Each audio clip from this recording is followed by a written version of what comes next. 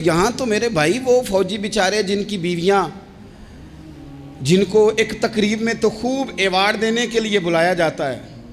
میں نے یتیمی کا وقت گزارا ہے, مجھے پتہ ہے کہ 2-4 مہینے لوگ آ کے کہتے ہیں کوئی حکم ہو جاتے 10 آ جائے, پھر جب 1 سال گزر جاتا ہے تو پھر لوگ کہتے ہیں 4 بھرا نے کام کیوں نہیں کر دے. تو ایسے تو نہیں نا کہ ابا ایسے ہی چلا گیا تھا, بڑا کچھ دے کے گیا ہے, کدھر ہے فلانی چیز. لوگوں کا نظریہ تھوڑے عرصے کے بعد اور ہو جاتا ہے.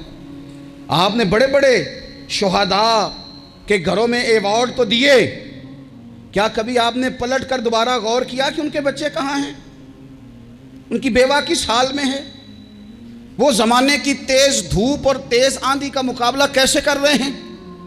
بغیر باپ کے جو انسان کو کھلے آسمان تلے وقت گزارنا پڑتا ہے وہ کتنا کو مشکل ہوتا ہے, وہ کس طرح ٹائم گزار رہے ہیں, یہ کبھی سوچا لوگوں نے.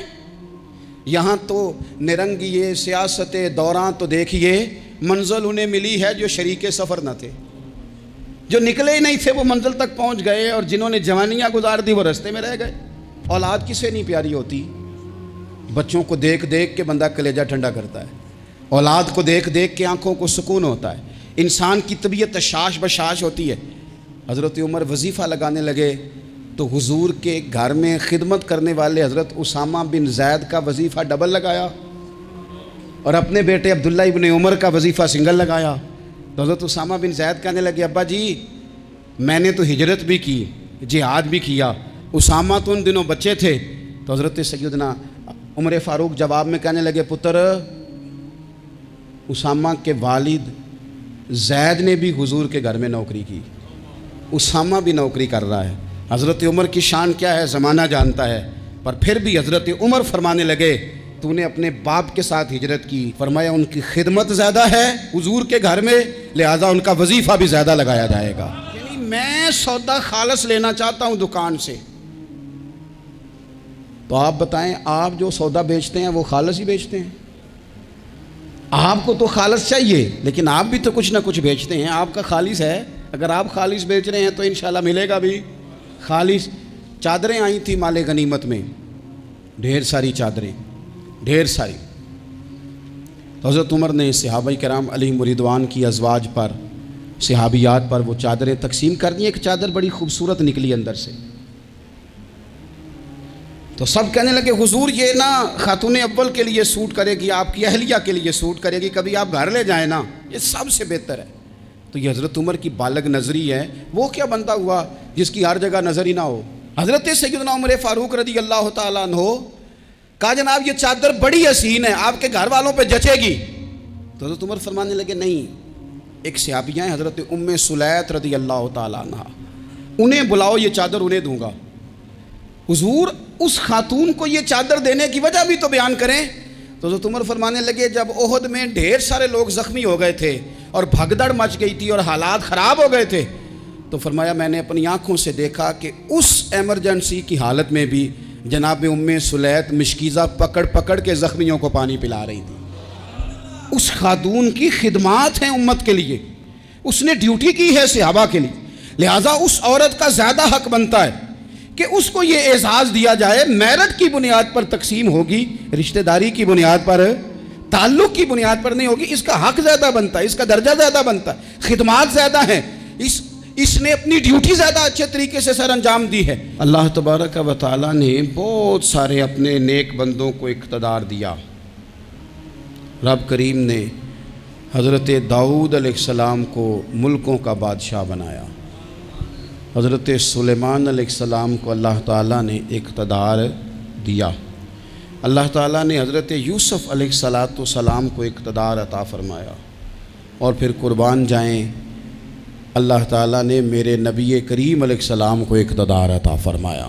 ایک سربراہ مملکت کس طرح سے وقت گزارتا ہے اور اسے کس طرح سے چیزوں کو لینا ہے, یہ ساری چیزیں اللہ کے محبوب علیہ السلام نے ہمیں کر کے بتا کے سکھا کے ہمارے لیے دستور چھوڑا. اسلام نے اپنے ماننے والوں کو جو جذبات دیے, میں آپ کو بڑی ذمہ داری سے کہتا ہوں, حساس ہو کے بات کرتا ہوں کہ مساجد میں مدارس میں جب کوئی سیاسی بات کی جاتی ہے تو واقعی بعض لوگوں کو ٹھیک نہیں لگتا.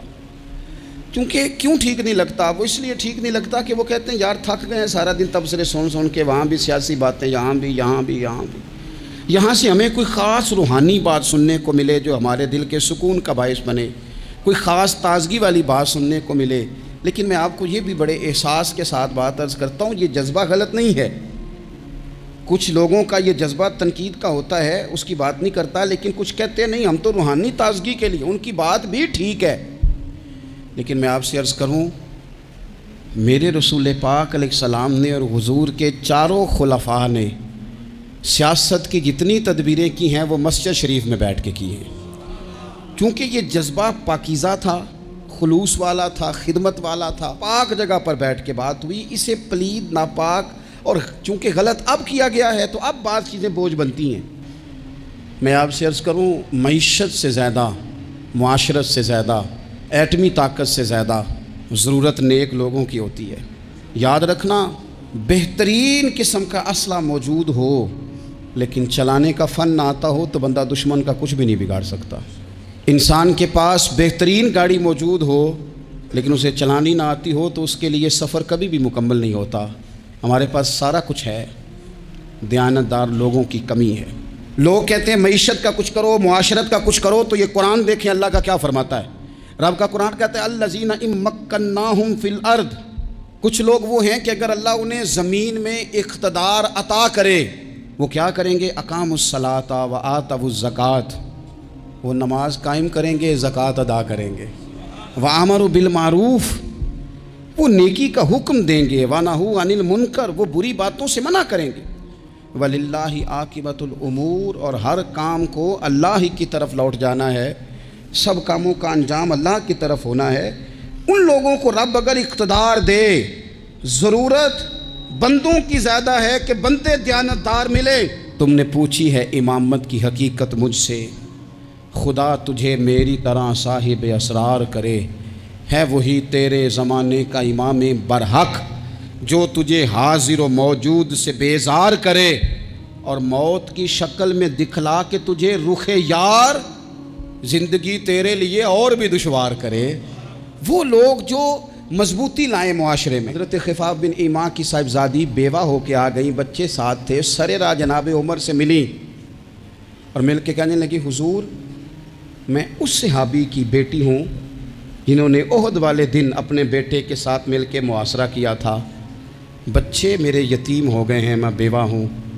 حضرت فاروق اعظم رضی اللہ تعالیٰ عنہ نے فہرست نہیں مانگی، خرچے کی ڈیٹیل نہیں مانگی، تم آنا فلانے سے ملنا، پرسوں 9 بجے آ جانا دفتر، یہ کوئی بات نہیں کی۔ حضرت عمر غور سے کھڑے، اس بیٹی کی بات سنی، چھم چھم سیدنا فاروق کی آنکھوں سے آنسو گرے، دوڑ کے گھر گئے، ایک اونٹ نکالا، وہاں سے مال غنیمت کا مال کے بھر کے 2 بوریاں، اور بوریوں میں کیا تھا؟ چاندی بھی تھی، نقدی پیسے بھی تھے، کچھ ضرورت کا سامان بھی تھا، غلہ بھی تھا، 2 بوریاں بھر کے اونٹ پہ رکھ کے خود لگام اس بیٹی کے ہاتھ میں تھما کے کا پتر سامان بھی تیرا ہے، اونٹ بھی تیرا ہے، اور یہ نہ سمجھنا یہی کچھ تجھے دیا ہے، جب یہ ختم ہوگا تو رب تیرے لیے اور بندوبست فرمائے گا۔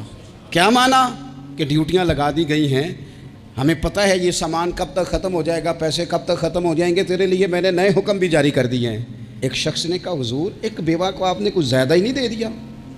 یہاں لوگ سیاسی تقسیم نہیں کرتے، تھوڑا کام والے کو دے دو، تھوڑا چوکیدار کو دے دو، تھوڑا گلی محلے میں دے دو، تھوڑا رشتہ داروں میں دے دو، سب ہمارے احسان کے نیچے رہیں گے۔